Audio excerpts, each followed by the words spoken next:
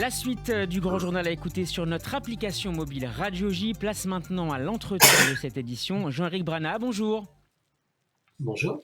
Et merci d'avoir accepté notre invitation cet après-midi. Vous êtes spécialiste des États-Unis, maître de conférence à l'Université Paris 2 Assas. Vous êtes l'auteur d'une récente biographie de Joe Biden, parue l'an dernier chez Nouveau Monde Éditions.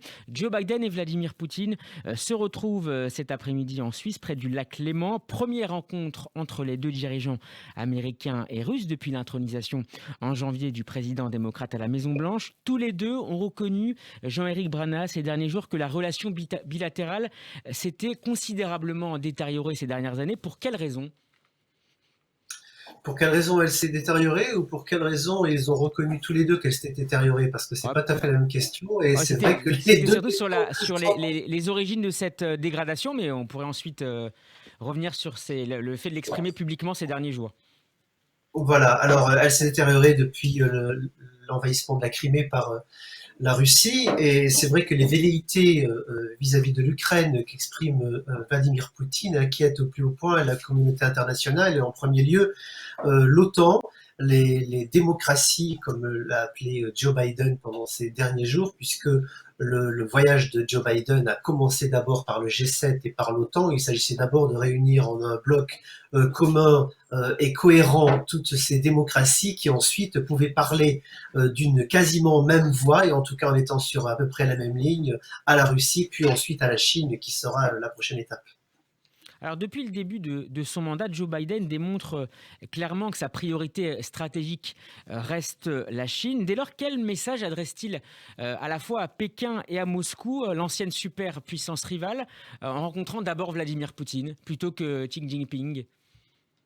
Oui, c'est effectivement une excellente question, et tout cela vient du fait que ce rapprochement des démocraties occidentales a tendance, par effet de rebond, de renvoyer ou d'envoyer Vladimir Poutine assez clairement dans les bras de Xi Jinping, des Chinois, et c'est ce que Joe Biden veut éviter à tout prix. Il ne veut pas qu'il y ait un front très fort de ce côté-là. Alors il s'agit de couper un petit peu les digues et de laisser entrevoir à Vladimir Poutine qu'il y a des portes qui peuvent s'ouvrir, même si c'est compliqué, même si les dossiers qui les séparent sont très nombreux et que les désaccords sont parfois très profonds.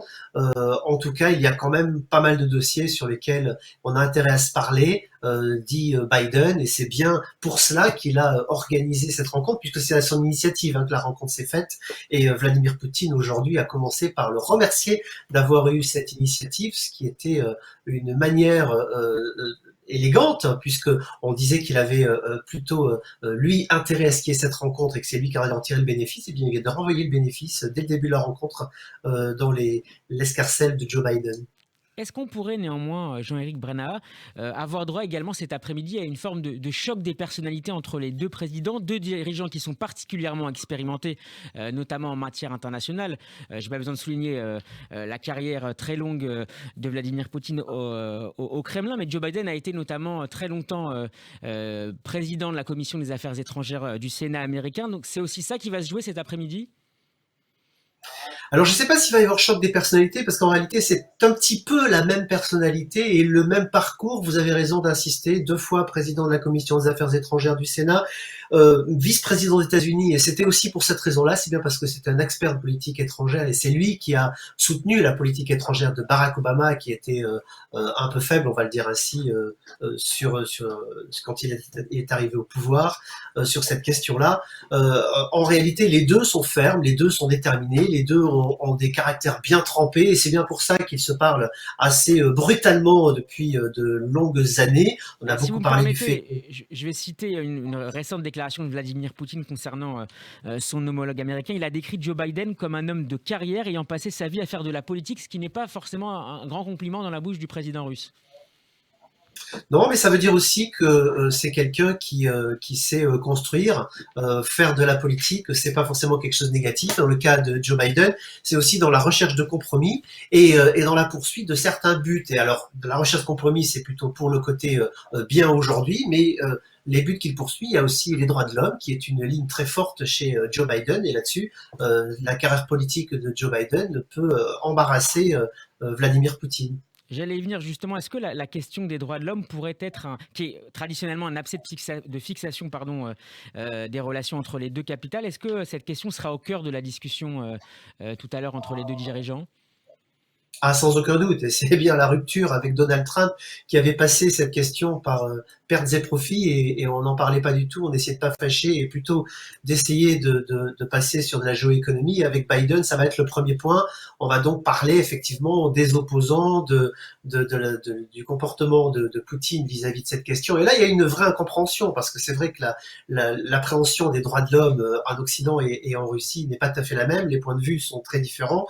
On considère en Russie qu'il s'agit d'ingérence dans les affaires intérieures russes et les Américains considèrent qu'ils ont plus que le droit d'aller sur ce terrain-là parce que il y va de salubrité internationale, j'ai envie de dire. On parlait tout à l'heure ensemble, Jean-Éric Brana, de questions internationales.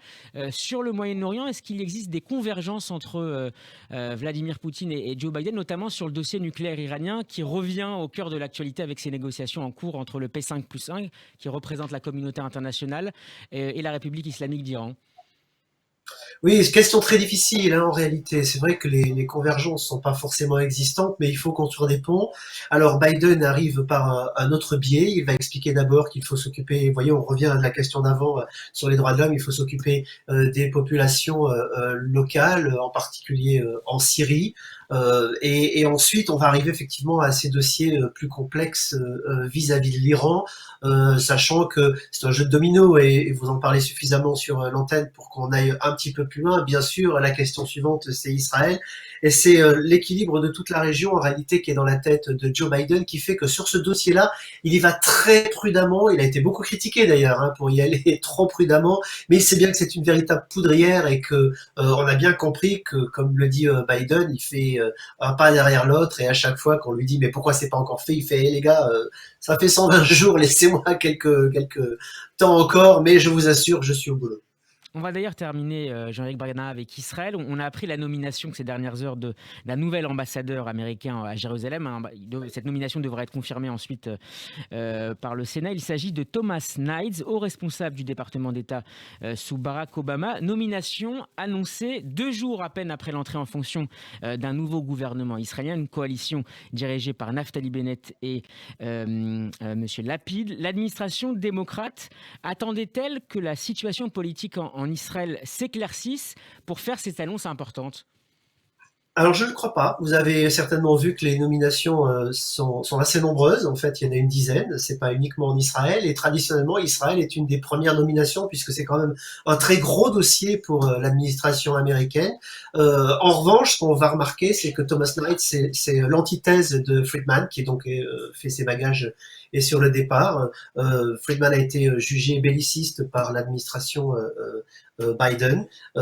C'est quelqu'un qui était très clairement du côté d'Israël et qui le disait. Knight sera plus partagé puisqu'il est favorable à une main tendue beaucoup plus forte aux Palestiniens, notamment à des financements. Il a beaucoup défendu cette thèse-là du temps enfin dans les différentes instances du Parti démocrate et du temps où il était dans l'administration Obama. Donc on revient effectivement à cette politique beaucoup plus traditionnelle quand même pour le Parti démocrate. Maintenant, la géopolitique, ça s'accorde aussi de pragmatisme et effectivement, il y a une nouvelle administration, donc il va falloir adapter un tout petit peu à cette nouvelle administration la politique américaine, car ça va être très difficile pour la nouvelle administration de faire de la politique internationale, sachant que c'est déjà assez compliqué sur le plan intérieur. Merci beaucoup Jean-Éric Brana d'avoir été mon invité cet après-midi dans le Grand Journal. Je rappelle le titre de votre dernier livre, une biographie de Joe Biden, paru l'an dernier chez Nouveau Monde Édition. Votre interview est à retrouver notamment sur la page YouTube de Radio J. Bel après-midi à vous et à très bientôt. À vous aussi.